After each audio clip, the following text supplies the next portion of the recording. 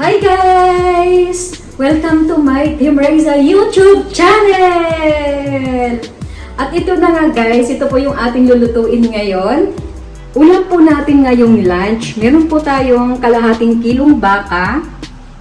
Then ito pong ating corn. Then repolyo. Tsaka po itong butchoy. Tapos ito yung ating sibuyas, 2 piraso. Kinat ko na din po siya ng medyo maliliit. And yung ating siling green. At saka itong ating, syempre itong ating asin. At meron din po tayong sibuyas, na dahon ng sibuyas yung malalaki. Then itong ating pamintang buo. At saka beef cubes. Tara guys, simulan na po natin magluto. At eto na po, nagpakulo na po ako ng tubig. Kaya pwede na natin ilagay itong ating baka. Dahan-dahan lang po sa paglalagay kasi baka matalamsikan tayo dahil kumukulo itong ating tubig na mainit. Takpan lang po natin siya guys.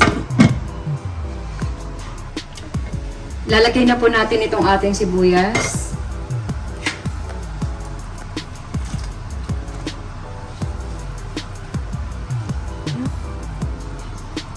Tapos tatanggalin po natin itong mga lumulutang na taba-taba.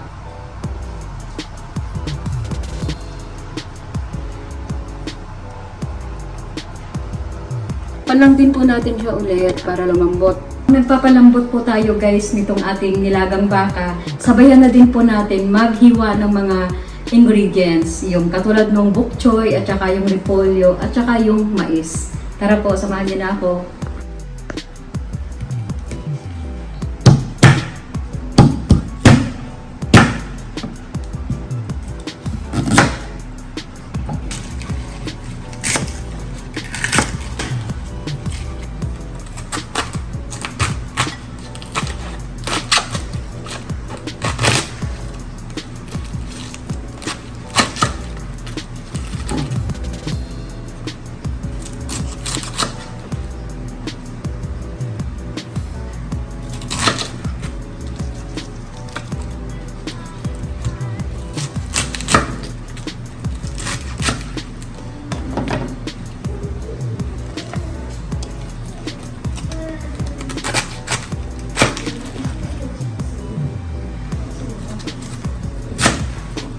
Itong maingay, boss madam. Shhh, maingay.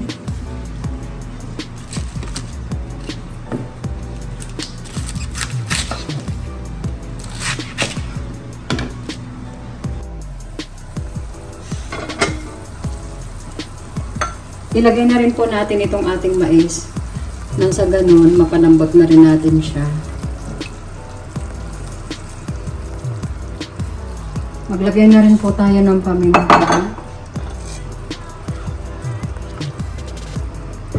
Takpan lang din po natin ulit. Guys, tignan na po natin siya kung medyo lumambot na ba. Naka 30 minutes na po tayo nagpapalambot nitong baka. I think aabot po siya ng mga 1 hour. Depende po sa karne na nabili nyo. Pero ito sa amin ay medyo malambot na siya. Mga 30 minutes na lang to. Kasi mas masarap po siya guys pag malambot. Para hindi tayo mahirapan magmuya. Takpan lang po natin siya ulit guys. Then mamayang konti, nag-add din pala ako ng 3 patatas. Ito yon. Nakalimutan kong ipakita sa inyo kanina. Lalagay natin siya mamaya. Mamayang konti. Para naman hindi siya yung sobrang lambot na lambot.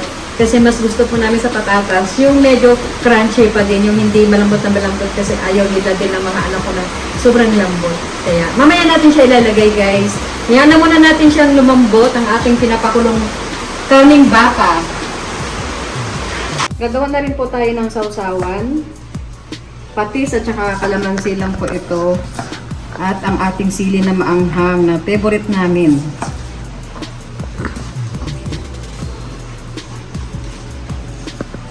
Dapat po hindi po maalat ang ating sabaw kasi dito tayo kukuha ng panglasa sa ating patis.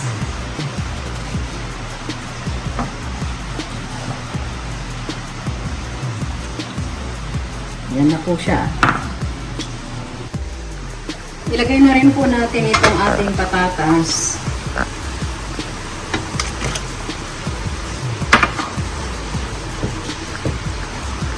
Takpan po ulit natin.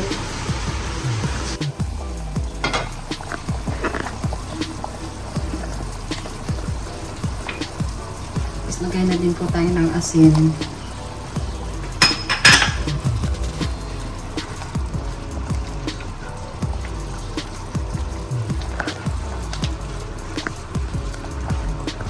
Kuha lang ako ng tinidor. Kahit ako na sa inyo kung walang bukla.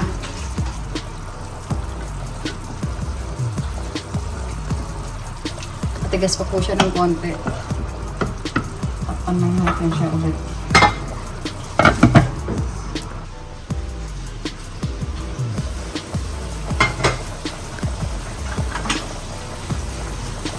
Pwede na po natin ilagay ito repolyo.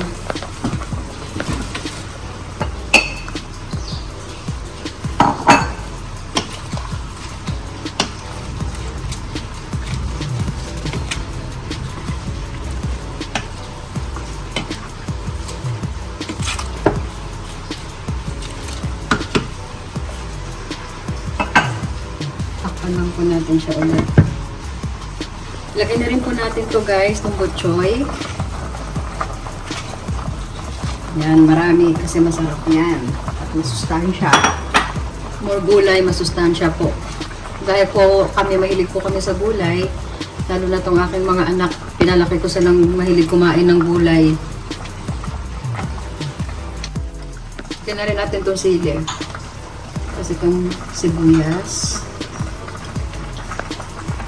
Special po itong ating nilagang baka guys kasi marami siyang sahog. Yan kasi talaga ang nagpapasarap sa nilaga. More vegetable. Hayaan lang natin siya, hindi na natin siya tatakpan. Ilang minuto na lang po at pwede na po natin i-serve ang ating nilagang baka special. Ayan, malapit na maluto guys. Kasi sobrang gutom na din kami at kailangan na namin mag-dinner. Dahil hindi pa kami nakapag-lunch today. Ito na po, luto ng ating nilagang bakang special. Ready for eating na guys. Dahil mga gutom na yung aking mga alaga. Ito na po guys, tapos na po nating naluto ang ating special na nilagang baka. Thank you for watching. Please like and subscribe guys. Team Raisa YouTube channel. Bye-bye!